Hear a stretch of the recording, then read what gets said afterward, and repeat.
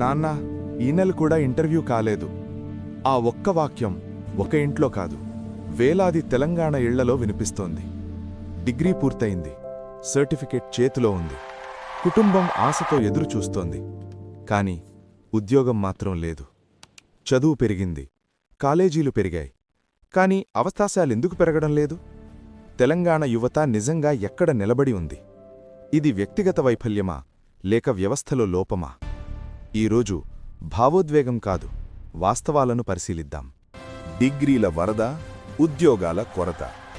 ప్రతి సంవత్సరం తెలంగాణలో లక్షల మంది విద్యార్థులు డిగ్రీలు, ఇంజనీరింగ్, పీజీలు పూర్తి చేస్తున్నారు.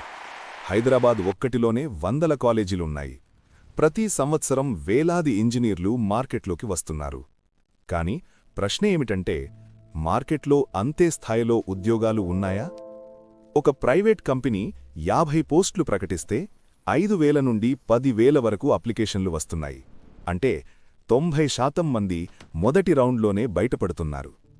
ఇది వారి సామర్థ్యం తక్కువగా ఉందని కాదు, ఇది అవకాశాల కొరత.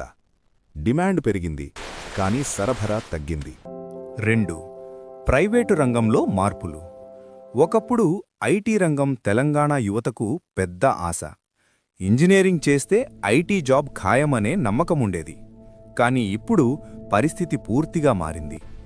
ఆటోమేషన్ పెరిగింది. ఏఐ కొన్ని పనులను భర్తీ చేస్తోంది. కంపెనీలు ఖర్చులు తగ్గిస్తున్నాయి, రిక్రూట్మెంట్లు తగ్గిస్తున్నాయి. కొన్ని కంపెనీలు ఫ్రెషర్స్ను తీసుకోవడం తగ్గించాయి, అనుభవం ఉన్నవారికే ప్రాధాన్యత ఇస్తున్నాయి. దీంతో కొత్తగా బయటకు వచ్చిన విద్యార్థులకు మొదటి అవకాశం దొరకడం కష్టమవుతోంది. ప్రభుత్వ ఉద్యోగాల ఆశలు. తెలంగాణలో ప్రభుత్వ ఉద్యోగాలకు భారీ డిమాండుంది. ఎందుకంటే స్థిరత్వముంది, గౌరవముంది, భవిష్యత్తు సురక్షితం. కాని సమస్య ఏమిటంటే, నోటిఫికేషన్లు ఆలస్యం, పరీక్షలు వాయిదా, ఫలితాల్లో జాప్యం, కోర్టు కేసులు. కొంతమంది యువత 4-5 సంవత్సరాలు ఒకే పరీక్ష కోసం సిద్ధమవుతున్నారు. ఆ కాలంలో ఇతర అవకాశాలు వదులుకుంటున్నారు. ఫలితం ఆలస్యమైతే వారి వయసు, వారి ఉత్సాహం, వారి ఆత్మవిశ్వాసం కూడా తగ్గుతోంది. విద్యా విధానంలో లోపాలున్నాయా? ఇప్పుడు ఒక కఠినమైన ప్రశ్న అడగాలి. మన కాలేజీల్లో నేర్పే విద్య మార్కెట్ అవసరాలకు సరిపోతోందా? చాలా కంపెనీలు ఒకే మాట చెబుతున్నాయి, మాకు స్కిల్ కావాలి, సర్టిఫికేట్ కాదు. కాని మన విద్యా వ్యవస్థ మార్కుల మీదే దృష్టి పెడుతోంది. Practical knowledge, communication skills, industry exposure ఇవి చాలా మందిలో లోపంగా ఉన్నాయి. ఇది స్కిల్ గ్యాప్ సమస్యను పెంచుతోంది. గ్రామీణ యువత మరింత కష్టం. పట్టణాల్లో కొంతవరకు అవకాశాలున్నా గ్రామాల్లో పరిస్థితి ఇంకా కఠినంగా ఉంది. పరిశ్రమలు తక్కువ, స్కిల్ ట్రైనింగ్ సెంటర్లు పరిమితం. గ్రామాల నుంచి పట్టణాలకు యువత వలస వెళ్తున్నారు. అక్కడ కూడా పోటీ ఎక్కువ. ఇంకొందరు విదేశాలకు వెళ్లాలని ప్రయత్నిస్తున్నారు, లోన్లు తీసుకుంటున్నారు.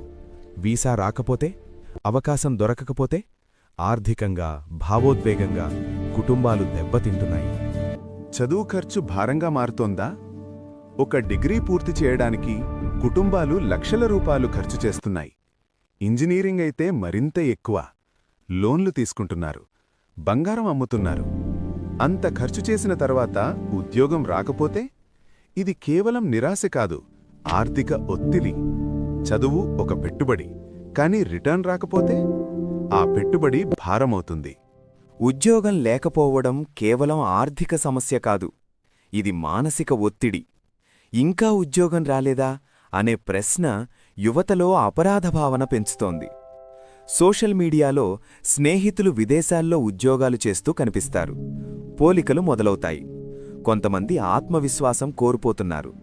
ఇది ఒక సైలెంట్ మెంటల్ హెల్త్ క్రైసిస్. అసలు పరిష్కారం ఏమిటి? ఈ సమస్యకు ఒకే కారణం లేదు. అందుకే పరిష్కారం కూడా బహుముఖంగా ఉండాలి.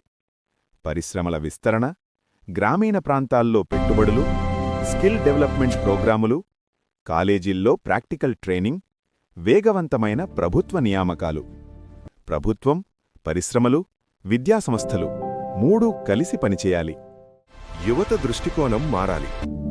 ప్రపంచం వేగంగా మారుతోంది. పారంపరిక ఉద్యోగాలకే పరిమితం కాకుండా కొత్త మార్గాలు అన్వేషించాలి. Digital marketing, freelancing, YouTube content creation, startups, skill based work. Degree ఒక్కటే మార్గం కాదు, స్కిల్ ఇప్పుడు ముఖ్యమైనది. డిగ్రీ ఒక కాగితం కాదు, అదొక కుటుంబం ఆశ. యువత నిరాశలోకి వెళ్ళకూడదు, వారికి అవకాశమివ్వాలి. తెలంగాణ భవిష్యత్తు ఇప్పటి యువత చేతుల్లోనే ఉంది. వారిని నిర్లక్ష్యం చేస్తే రాష్ట్ర భవిష్యత్తే దెబ్బతింటుంది. ప్రశ్న ఒకటే, డిగ్రీ పూర్తయ్యాక ఉద్యోగం రావడం ఎందుకు హామీ కాదు? జవాబు మనమందరం కలిసి వెతకాలి. మీ అభిప్రాయమేమిటి? ఉద్యోగాల సమస్యకు ప్రధాన కారణమేమిటి? స్కిల్ గ్యాప్, ప్రభుత్వ ఆలస్యం, పరిశ్రమల కొరత, లేదా మరేదైనా? కమెంట్లో చెప్పండి. మీ అభిప్రాయాన్ని తదుపరి వీడియోలో చర్చిస్తాం.